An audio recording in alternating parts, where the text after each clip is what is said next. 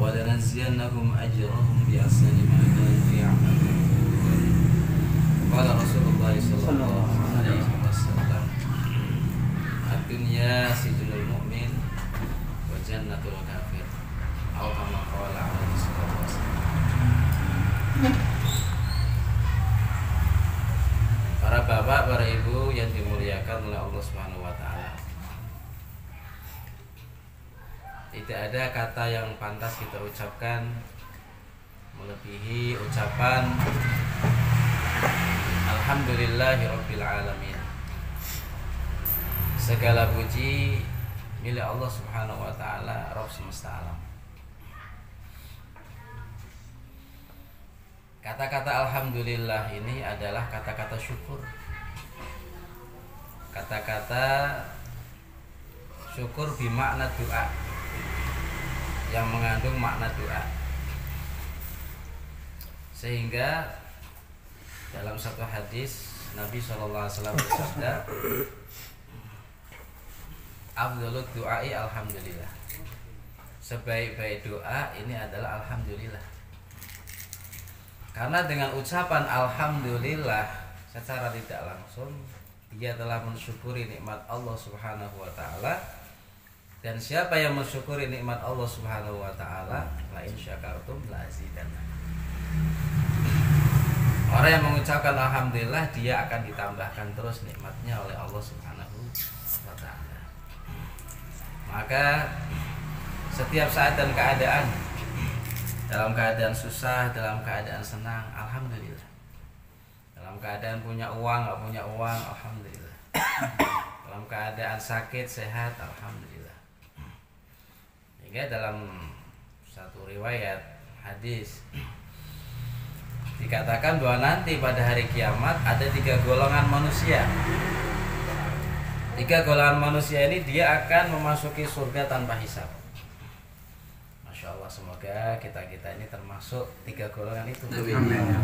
Ya, siapa sih yang nggak mau masuk surga tanpa hisab? Ya, luar biasa. Siapa itu?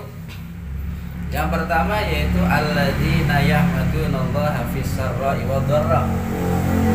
Orang-orang yang memuji kepada Allah Subhanahu wa taala fis-sarra'i dalam di waktu senang, wad-dharra'i dan di waktu sulit.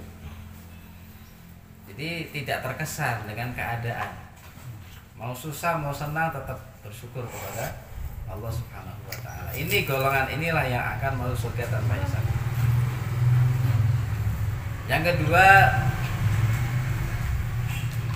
alladzina tatajaffa junubuhum 'anil madaji'.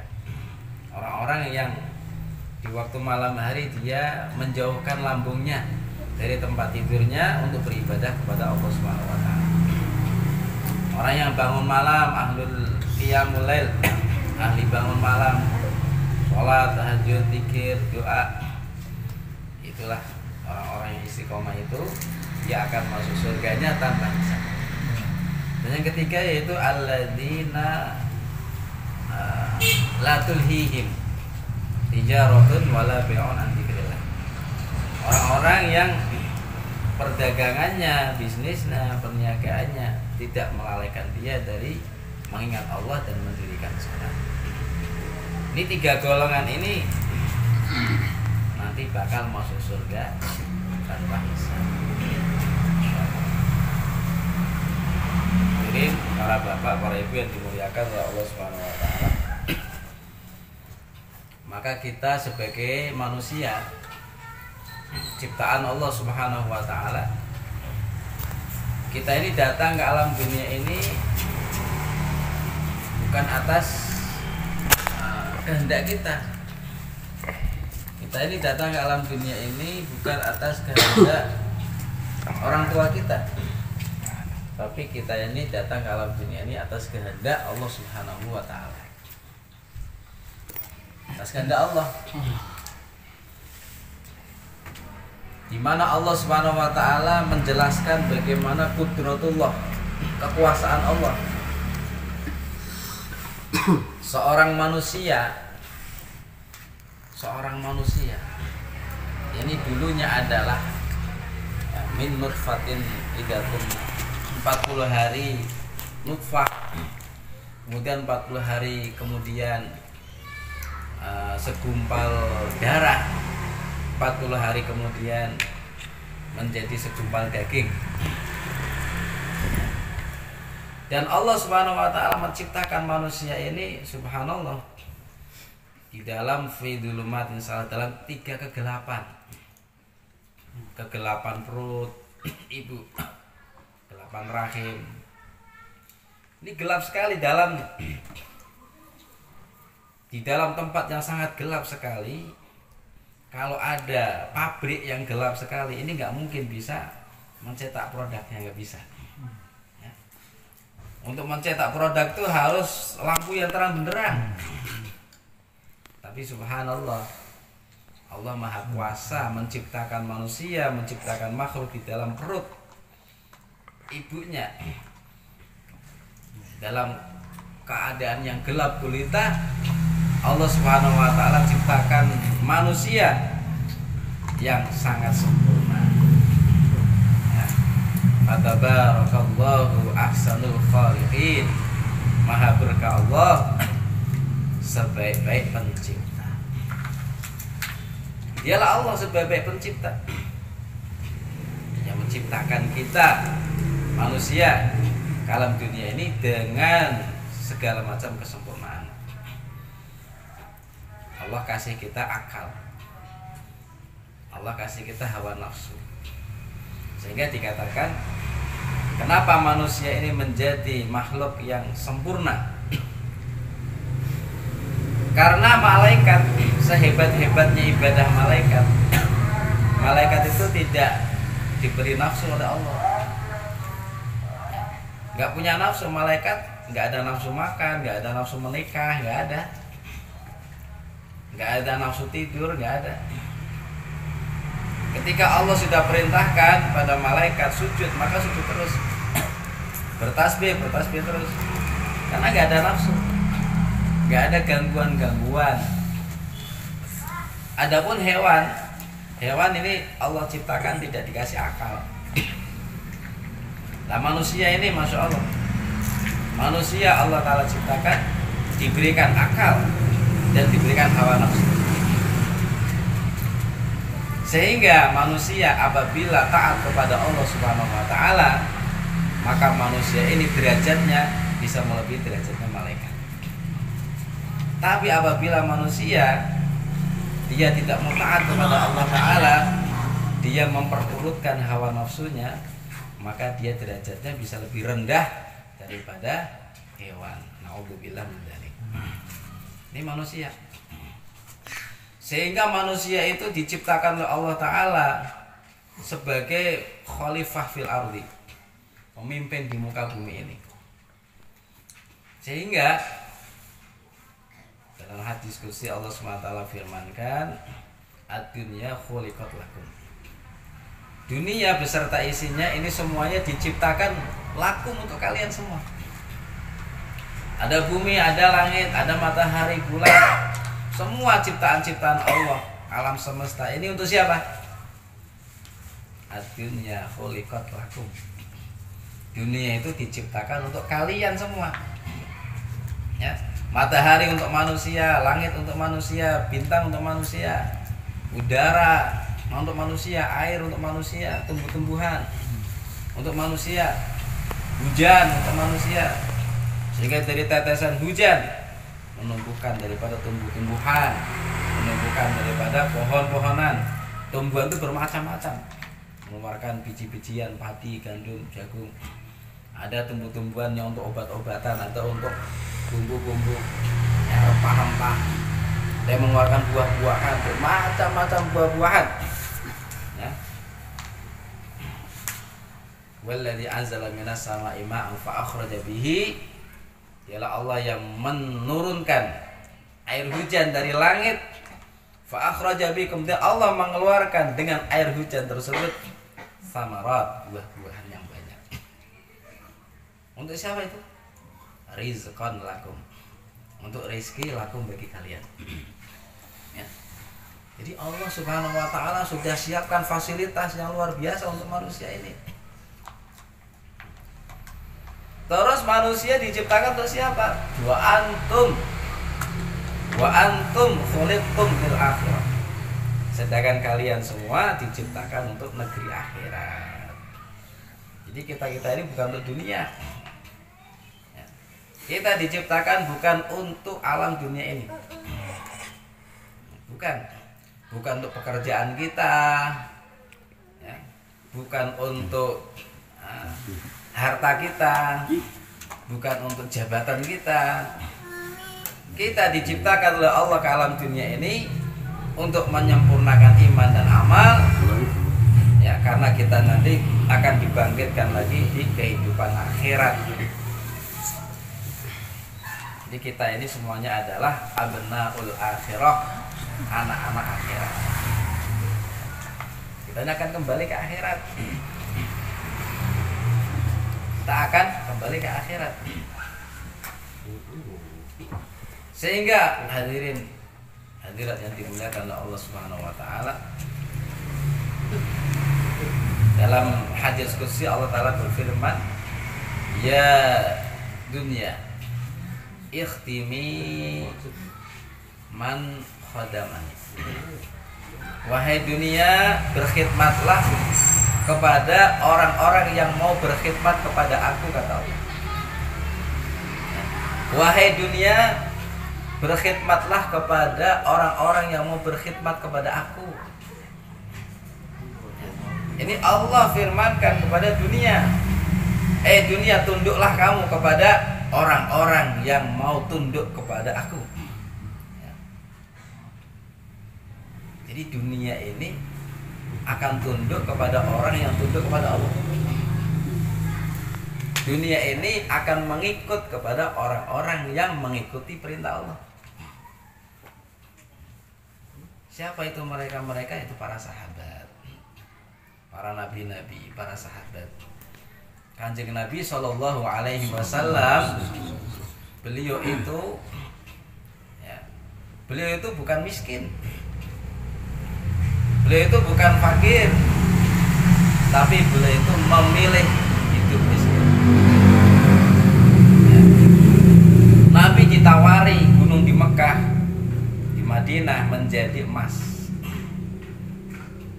Ya Rasulullah, kalau engkau mau, maka gunung-gunung ini akan dijadikan emas.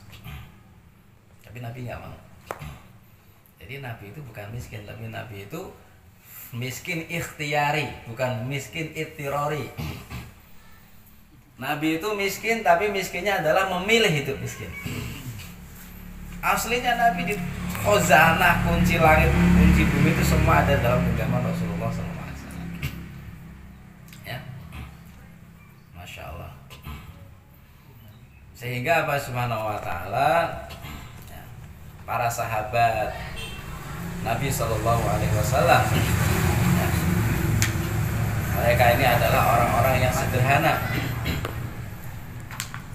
Kerajaan Romawi, kerajaan Persia, ya, ketika sahabat mereka serahkan dirinya, serahkan hawa nafsunya, tunduk pada perintah Allah, dirinya untuk perjuangan agama Allah, ya, karena sahabat itu mereka adalah hamba Allah, kemudian mujahid, hamba Allah, kemudian mujahid, pejuang-pejuang Allah. Ini para sahabat, orang-orang yang taat kepada Allah, orang-orang yang berjuang di jalan Allah. Sehingga kerajaan Romawi, kerajaan Farsi, kerajaan adidaya waktu itu tunduk di bawah kaki sahabat. Padahal sahabat itu segi persenjataan sederhana. Para sahabat sekolahnya juga, ya, belajarnya di mana? Ya, sederhana sekali. Tidak ada universitas zaman sahabat. Tidak ada. Sahabat belajar dengan Rasulullah SAW di Masjid Nabawi, kemudian belajar iman, belajar amal, belajar sunnah Rasulullah, diamalkan, dipraktekkan, tunduk kepada Allah Subhanahu Wa Taala, Kan tetapi subhanahu wa ta'ala di saat manusia ini, hamba ini, dia tunduk kepada perintah Allah subhanahu wa ta'ala, maka Allah jadikan dunia alam semesta ini tunduk kepada dia. Ya. Sayyidina Umar bin Khattab radhiyallahu an, yang ketika itu pakaiannya bertambal-tambal, tapi ditakuti oleh kerajaan Persia. Ya, ditakuti. Kewibawaannya luar biasa. Ini subhanahu wa ta'ala. Kenapa? Karena Sayyidina Umar, karena para sahabat meletakkan dirinya kepada maksudul hayat, maksud hidupnya. Ya. Karena meletakkan dirinya kepada maksud tujuan hidupnya sebagai hamba Allah yang tunduk kepada perintah-perintah Allah Subhanahu wa ta'ala.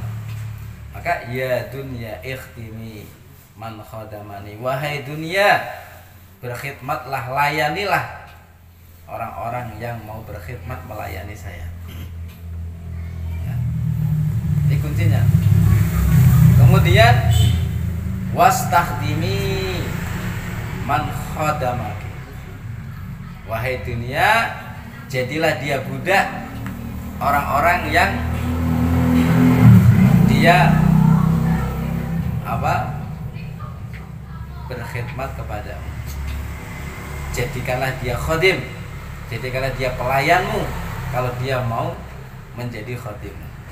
Jadi orang-orang yang dalam hidupnya menjadikan maksud dan tujuan hidupnya dunia, menjadikan maksud dan tujuan hidupnya ini adalah materi, jabatan, kehormatan, ya, hawa nafsunya, maka dia ini akan diperbudak oleh dunia. Ya. Sehingga di dalam bahasa hadis itu ta'isa abdud dirham, sungguh celaka hambanya dirham. Hambanya dirham itu hambanya mata uang. Kalau sudah cari uang, lupa segala-galanya, lupa perintah Allah, nggak kenal halal haram, ya, nggak kenal lagi sholat, nggak mau lagi zikir, nggak mau baca Quran. Pokoknya dikejar adalah uang. Ta'isa abdud dirham, ta'isa abdud dinar. Celaka itu orang-orang yang menghambakan dirinya kepada dirham, kepada dinar, pada uang. Ta'isa abdul khamisah, celaka orang yang cuma mikirnya baju, pakaian yang bagus-bagus, ya, tidak memikirkan apa,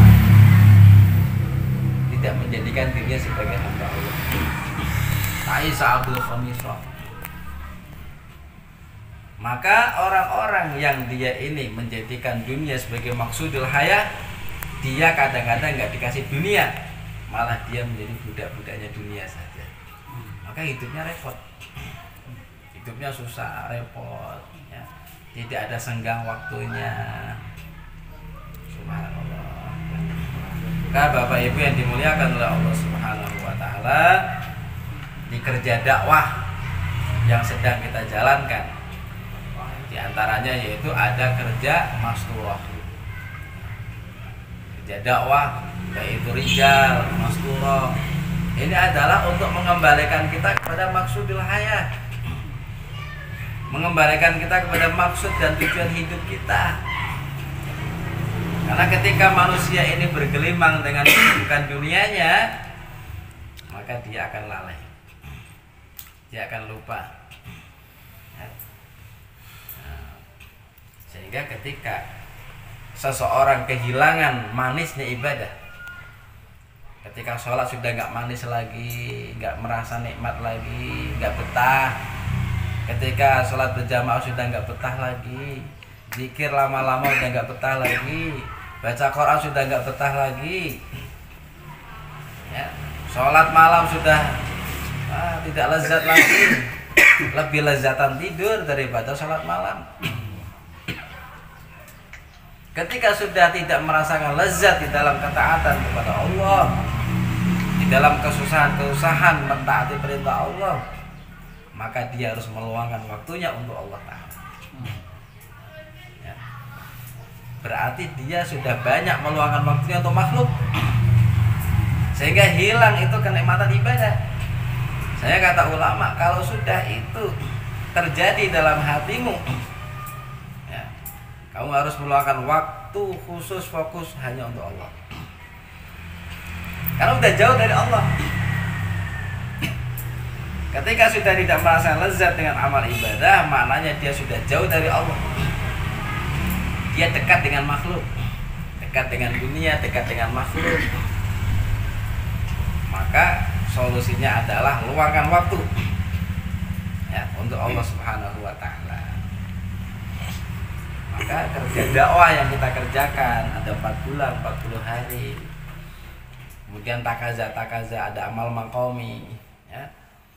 Ini semuanya adalah supaya kita kembali kepada maksudul hayah, maksud kehidupan kita. Supaya jangan sampai kita ini salah, dibalik. Ya. Maksudul hayahnya harusnya agama, malah maksudul hayahnya adalah dunia, bahaya. Orang mau ke Jakarta, dia ambil jalan ke Surabaya, nggak akan sampai. Orang ingin sukses akhirat, dia tidak mengambil jalur agama, dia akan tersesat. Jangan salah jalan. Sehingga salah satu doa Nabi Shallallahu Alaihi Wasallam, Allahumma la taj'alid dunya akbar hammina. Ya Allah, jangan jadikan dunia ini sebagai cita-citaku yang terbesar.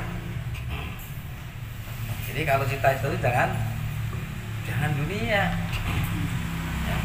Ini salah satu doa Nabi, ya Allah jangan jadikan cita-cita terbesarku adalah dunia.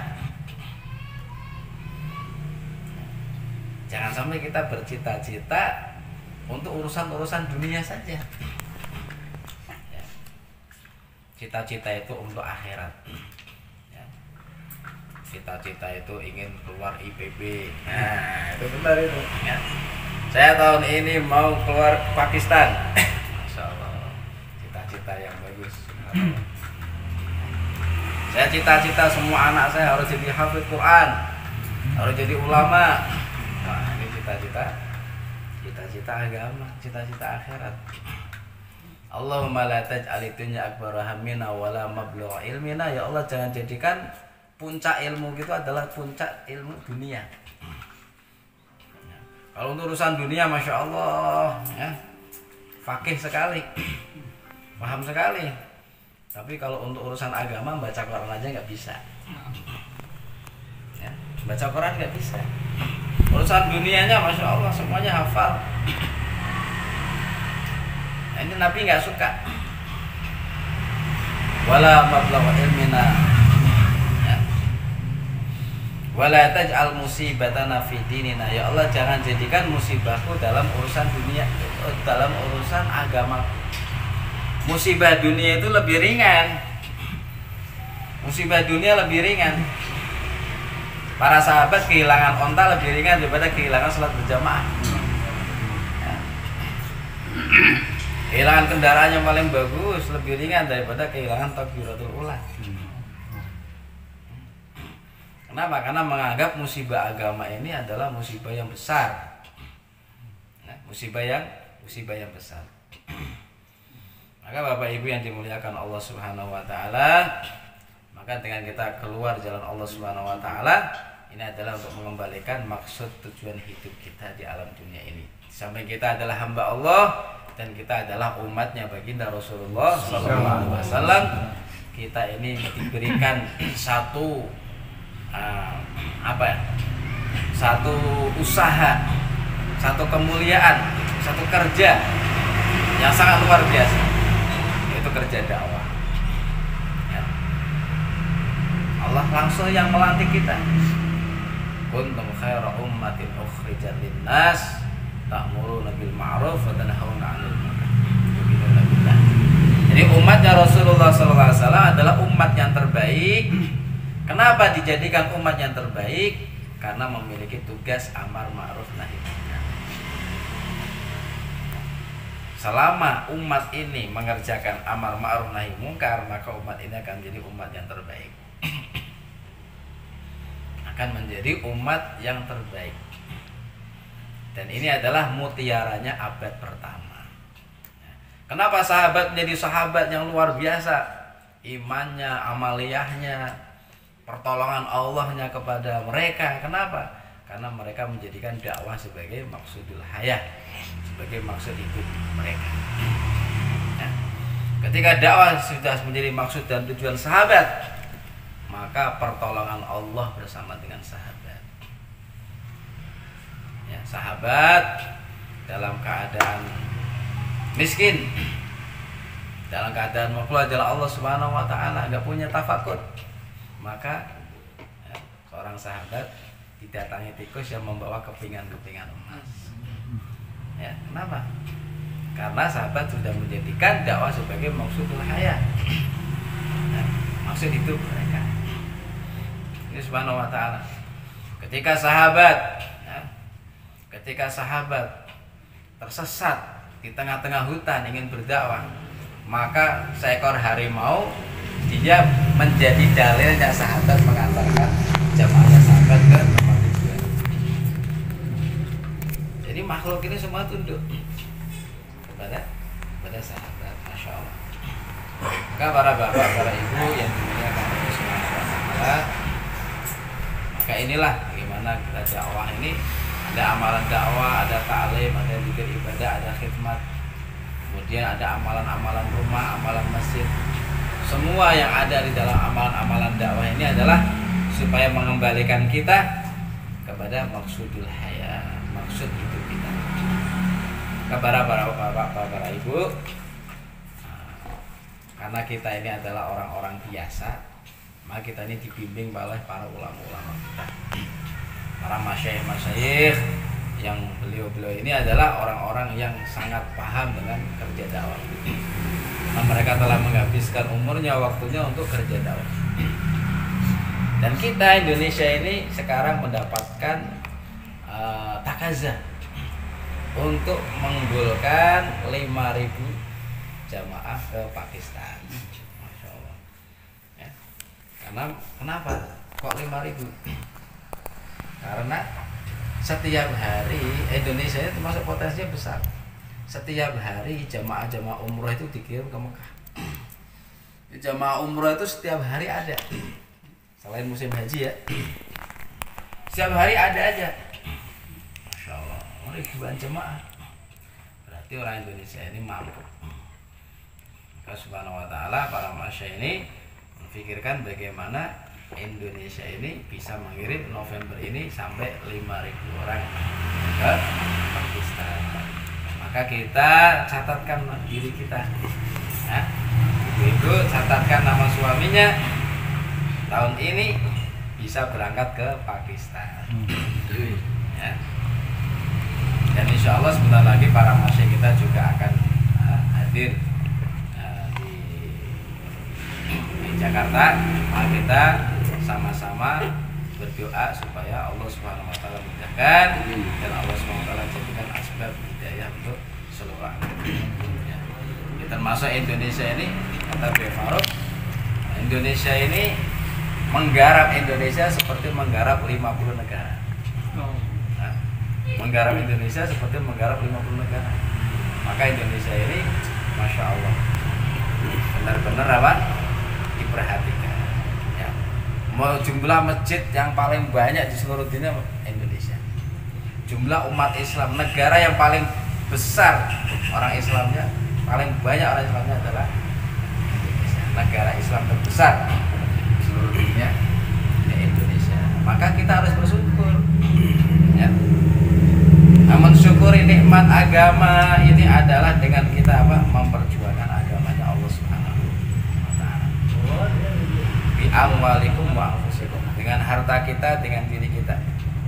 Sayyidah Khadijah hartanya habis untuk agama, Allah muliakan. Di dunia ini belum sampai ke surga, Sayyidah Khadijah sudah mendapatkan salam langsung dari Allah Subhanahu wa taala. Sudah dijamin bahwasanya Sayyidah Khadijah nanti akan masuk surga dengan diberikan istana. Ya, istana yang khusus. Terus juga para sahabat. Para sahabat mereka kaki-kakinya masih ada di bumi. Tapi ya sudah mendapatkan jaminan masuk ke dalam surga Allah Subhanahu wa taala. para sahabat adalah orang-orang yang siap mengorbankan dirinya, hartanya untuk agamanya Allah Subhanahu. Maka kita belajar meniru sahabat. Ya. Fatashabbahu illam takunu mithlahum innat tashabbuha bil falahi falah. Kita itu dianjurkan untuk niru-nirulah, karena meniru-niru orang-orang yang sukses itu adalah sebuah kesuksesan. Kalau kita ingin sukses dunia akhirat, ya niru-nirunya sahabat. Ya, niru-nirunya sahabat. Nanti kita akan jadi orang yang sukses dunia akhirat. Semua bisa dia, insyaallah. Insyaallah. Nanti setelah doa boleh nanti tugas taskil untuk mencatatkan nama-nama, kemudian untuk taskil dengan kelembutan dan dengan penuh penuh dengan kelembutan untuk mengajak atau mentaskil saudara-saudara yang lain. Insyaallah semoga sedia. Insyaallah.